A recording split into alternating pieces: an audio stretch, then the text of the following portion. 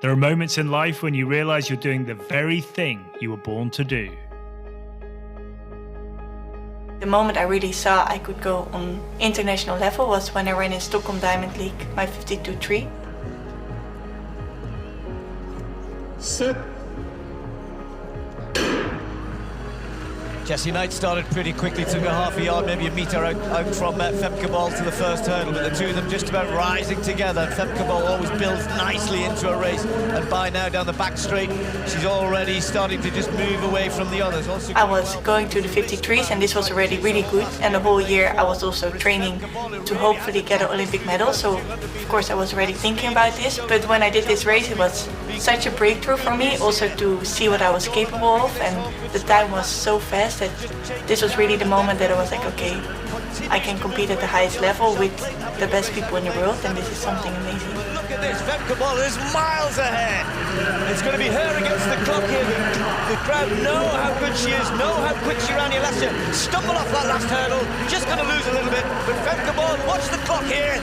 It's 52.27, takes just a tenth away. The meeting record that she set last year, well, that is actually a Diamond League record for Bol. Great run from Clayton behind her. This is Ignite, a podcast series from European Athletics telling the personal stories of athletes as they count down to Rome 2024. Now, Femke Bol from the Netherlands invites us into the psyche of an elite athlete, grappling with her greatest adversary, her own self-doubt.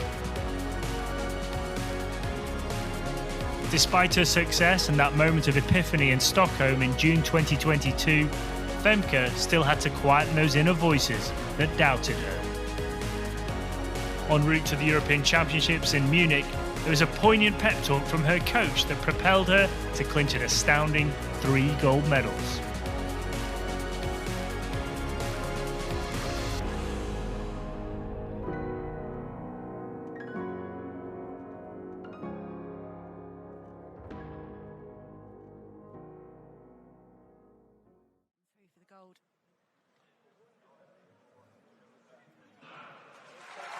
And they're off. So like a fast start from Anna Kilbasinska. I think I was sitting 3 weeks before deciding or even running. I was sitting with my coach and I was like, I'm not sure I can do it. I'm not sure. It was straight after Eugene, the World Championships. I had 2-time silver and he was like, I think you can do it. You have to believe it, otherwise you won't make it. So I wasn't sure, and then at the end I was sure enough. And I thought about it and I talked with a lot of people, or not a lot of people, but with a few people, with also Charles, the head coach, with my coach, with my parents and my boyfriend about it. And I thought, okay, I'm just going to give it a shot. So what does giving it a shot look like for an athlete of Femke's talent? Well, 3 gold medals later, we think we know. But she's fading ever so slightly. It is going to be a win for Femke Bol, 49.44. She goes even faster than she did in Silesia. What a time from Femke Bol. She's going to have it all her own way down this home straight. Ryšková almost in a different galaxy. It's the brilliant Bol with a delightful Dutch double, never done before at the European Athletics Championships. It's step by step, race by race. 400 meter was the toughest one to win. I was thinking between the 4 and the 4 hurdles and had some great opposition, so I was pretty nervous also because I only did one 400 meter in 2 weeks before at the Diamond League. So you have a feeling but don't exactly have the feeling with the 400 yet. When I crossed the finish line I was so happy because I was like, oh wow, I made it, and it was also such an amazing time with 49.4. I didn't expect to run this, so it was so nice, and at the same time I think a few seconds later I was like, okay, first one, we have more to do, but I really tried to enjoy it for a while, like with the victory lap and going through the media and just seeing everyone for a bit, and then I was like, okay, now it's time to sleep and go back tomorrow morning. I was like, okay, it's the start of the big plan, and I really focused on it like task by task, and I was just looking at this race, not thinking too much that the next morning I had another semi-final, and I think just the crowd was so crazy there.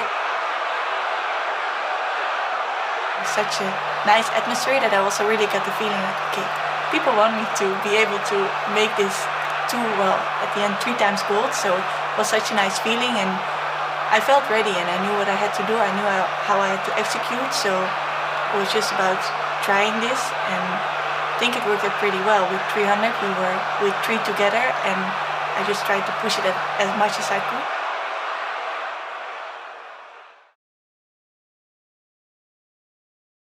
And as the finish line approaches, the cacophony of the crowd crescendos.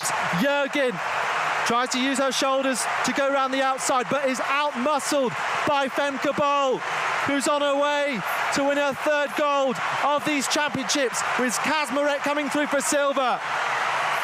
What an incredible championships from Femke Bol. Yet more Dutch delight. 3:20.87. Well, we wondered whether the Dutch had the full strength in depth to do what they did at the European indoors. But oh yes, they did. I think you never know for sure, because you never know what others are gonna do, but I felt strong. I felt like I could push, so I started to push. And then when you're a bit loose, you know you just have to keep running and hope they're not getting back, because everyone gets lactic at one point. And I think I was so focused on how I had to execute it that I didn't think too much. Like, of course, you see the others and it helps you with the adrenaline and to push, but in the end I was just really focused on myself and executing my race, keeping my form, because that's the way I run the fastest. Femke's 3 gold medals in Munich crowned her as the finest European talent in the 400 metres and the 400 metre hurdles, while securing the Netherlands a 4x4 gold. So where does an athlete go after scaling such heights? What can they achieve next to build such a legacy? World records, of course, and Femke would break them indoors less than 6 months after her Munich fairy tale. In February 2023, she broke the oldest standing track record at the time, beating Jarmila Kratochvilova's 400 metre record set back in 1982. And this year at the Glasgow Indoor Championship, Femke was at it again. The big question is whether Klava goes out really, really hard or runs a Glasgow, it was amazing. I mean, I really wanted the title because I had a silver one and I came in as world record holder. So if you are the world record holder, you also want to be the world champion, of course. To be able to run a world record and become world champion in the same race is something super special. I think, yeah, it's always harder for me to run your best race as in time on a tournament, because we race quite a lot and it's a 400 or 4 hurdles, so you feel it in the legs. But to be able to do this with on Friday running twice and then the next day coming back and feeling strong, but also being able to take a risk, because if you go for a world record you take a bit of risk with how fast you go everywhere, and then to win it like this was something super special. It's a glittering gold in Glasgow for Femke Bol, and look at the time! Look at the time! She has smashed her own world record, and she looked like she was coasting. Femke Bol has ignited this crowd and done something very, very special. I was seeing it, but I was not registering it because I was also winning, so it was a bit, and then Lieke was coming around me and I was like, what just happened? But I think it's always amazing how I always just give it my all, and then I will see on the clock if it was good enough today or not, and then to be able to see a time like that, it sometimes takes a moment to go into the head like, okay, you're in this fast. It's sometimes I think like, did I see maybe something wrong, or is it off? But then you look again and again and it's still the same time, like, oh, I really did do this. Yeah, it's quite crazy. I especially remember in 2023 when I ran it, the next morning I woke up and I was a bit like, okay, what now? What's happening? I couldn't wrap my mind around it. And I think this year I could enjoy it so much more because I knew, okay, the next morning I'll wake up exactly the same because it won't change a thing about me, but I could wrap my head around it like, okay, I really did such an amazing race and my legs and I could really produce this amazing time, and it makes me enjoy it a lot. It's what you strive for, to become the best you can, and if it's the best ever, it's something amazing. So can she do it all again in Rome? Well, I've just had a week off after indoor, so this was nice, and now we go back a bit to the building phase, and then a few weeks before Rome, we will go to more specific to really be ready in Rome to do a good 400 meter hurdles. So I'm really looking forward to it. I always loved Rome. I had one of my first Diamond Leagues there in COVID time in this huge stadium, and there were 2 people I think in the crowd because it wasn't allowed. So I think it will be amazing to be there. And also another year I was there and Tamberi was jumping and the crowd went crazy because Italians just go crazy and are so loud, which is so nice. So I'm really looking forward to be able to compete there, and I think it's a great stadium and a great track, so it will be nice to be able to test myself also over the 400 hurdles. I think it's always different to try something for the second time. It helps that I won't do exactly the same. I won't do a double on 4 and 4 hurdles because that's too much right now. But I think it's also nice. It also gives a nice pressure, and it also shows you like, okay, I have the medal because I've already done it once. I know how I've done it back then and I've learned from it. So this is also something that helps, I think. And yeah, a bit of pressure is never something bad. There's a great team around me. I would not be anywhere around here if I wouldn't have this great team around me. I have my 2 coaches, of course, Laura and Bram, and I will be with them on all the trainings camp we go on. We'll be going first night to South Africa, then to Curaçao to prepare for World Relays, and then to Turkey also for a few weeks to have the final touches with the hurdles, because we love the Netherlands, but the weather is not always the best to do hurdle starts.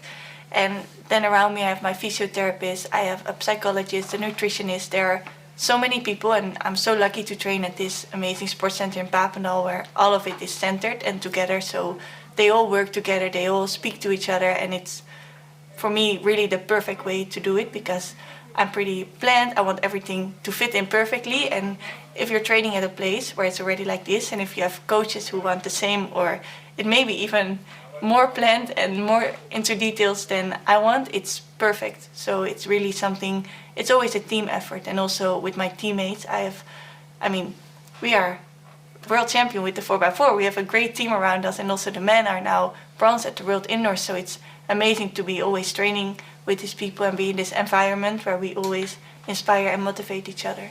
I think it's funny because we're a pretty individual sport, but we are really a team and we really care about our team, and I think there's something so special, and I'm also proud of our whole team for having this. And I must say the coaches also help a lot for this, to always be like your team, and yeah, we're just raised to be a team, and this is something really special. And I think relay is something so nice and it's so fun that you get to race together and that you get to try it together. And maybe I'm the anchor leg bringing it home, but I'm only allowed to bring it home if we have a strong enough team that I can do this. So I think you can never underestimate or like say this person brought the gold. No, we always bring it as a team, and that's why I think it's really important for everyone to be highlighted, whether you ran a 48 split or a 49 or 51. We need all of the splits together to be able to run so fast, and I think this team spirit also just helps to be able to be on the track together and perform better than you ever did before. I also had some great women role models now in the Netherlands. Of course, I had Daphne Schippers, and now Lisanne de Witte was also a big role model for me, and now I'm racing together with her in a team. And I think it's great to see women empower each other, and this is what we do in our team. We really make each other stronger outside of trainings, or like outside of tournaments. In trainings we make each other stronger, but also the moment we are with the 4 of us and also the others who are on the side waiting and we're ready in the warm-up, we come on the track and we feel stronger together also as really a big, like strong women group. And I think this is something so amazing, and I hope it inspires people, especially since we're also from a pretty small country, and there we are now as world champion indoor and outdoor. I think we just stay like we are, we have fun together, and yeah, we just want each other to do better.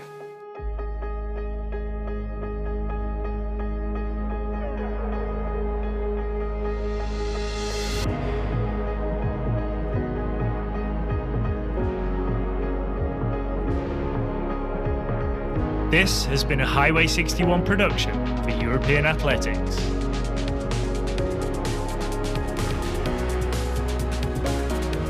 Full details for this series can be found in our show notes, but also visit european-athletics.com for the latest news and ticket information ahead of Rome 2024.